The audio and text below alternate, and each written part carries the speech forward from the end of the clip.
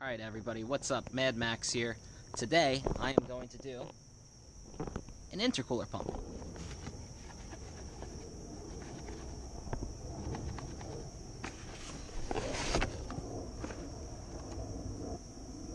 Where does this thing go, might you ask? So first of all, this pump powers the water-to-air intercooler. Now, I'm sure somebody's going to ask, where does this thing go? And thanks to the broken front bumper on my car, right there. You can kind of see it right through there. Yeah, that's it. Very common failure on these cars, getting a high IAT code and getting misfires once the car gets hot. The key thing that you'll notice when this happens, which you can diag besides the fact that you're getting a code, is the intercoolers will be smoking hot after driving the car for some time. And this heat exchanger right here, which again, accessing because there's no grill, will be ice cold. And that is the surefire sign that you have a bad intercooler pump. So what we are going to do today is put in my new intercooler pump. I bought a Bosch unit, which is exactly the same as what you'd get from Mercedes, except it says Bosch instead of Mercedes. And I'm going to put it in the car. Very simple process. You drop the pan under here, clamp off with hose clamps, fill the fluid, bleed it, and see you later. So stay tuned. I'm gonna bang this out real quick. Okay, so took the intercooler pump out right here. I used hose clamps. Well, not hose clamps, but I don't know what they're called. They're clamps to keep fluid from running through a hose. Really good investment if you're working on a vehicle like this where you don't want to drain the whole cooling system. One of them's leaking a tiny bit, but I can deal with a couple drops. Now, if you look at this Bosch pump, you'll see the part number 03920222003. That is the original pump design. They have since come out with an updated pump, which ends in 010, as you could see right there. So, this pump is definitely old, and it's definitely a bad design. This new pump flows better. And from what I've read online, this actually flows just as good as the upgrade pumps that they sell now. So it's worthwhile to do this. Even if your pump isn't bad, these things suddenly go bad. And on 55 series motors, you'll just get heat soak and the cars just won't run. They just won't make power. And on the 65s, it'll just throw a code. And it'll go into limp mode. So we'll get this all fixed up in a jiffy and see how it runs. Oh, here's the engine running.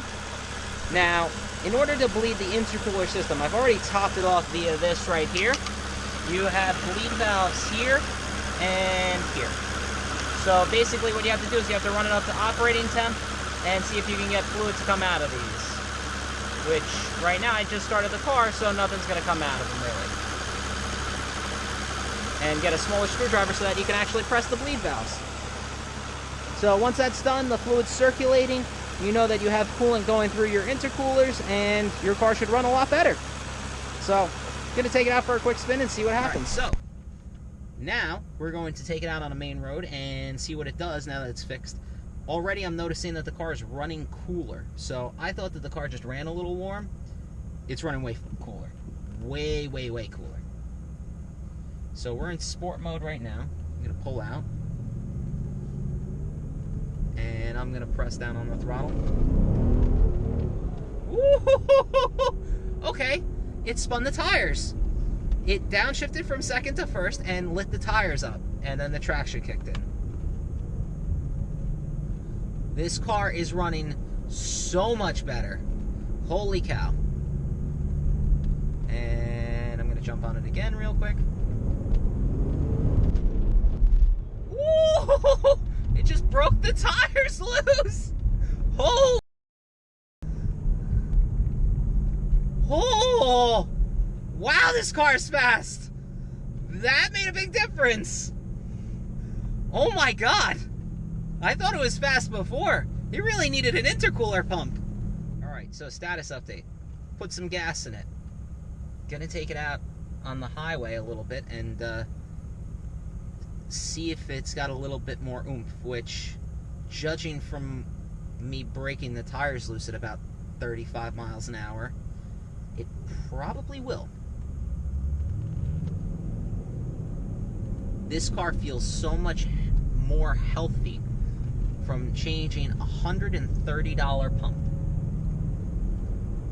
And there's traffic that I can't get around. I hate traffic. I picked the worst time. It's 5:30 in the afternoon. I picked the single worst time to test this car out.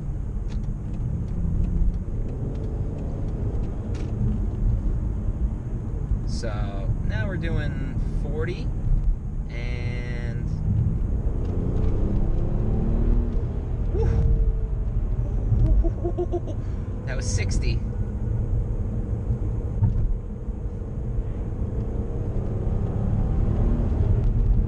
Oh, the car's got so much more oomph. It is amazing how fast this car is. Holy cow. Again, folks, a $128 intercooler pump. That's right, $128. Cost me $10 in antifreeze. Cost me $10 in tools for those clamps, which I'll be able to use in many future projects, so I don't really want to count that towards this bill.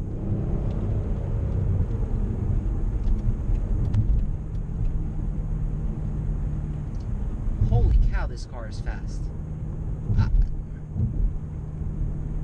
I'm waiting for somebody to start messing with me in this car, because it's like a fart. It's silent but deadly.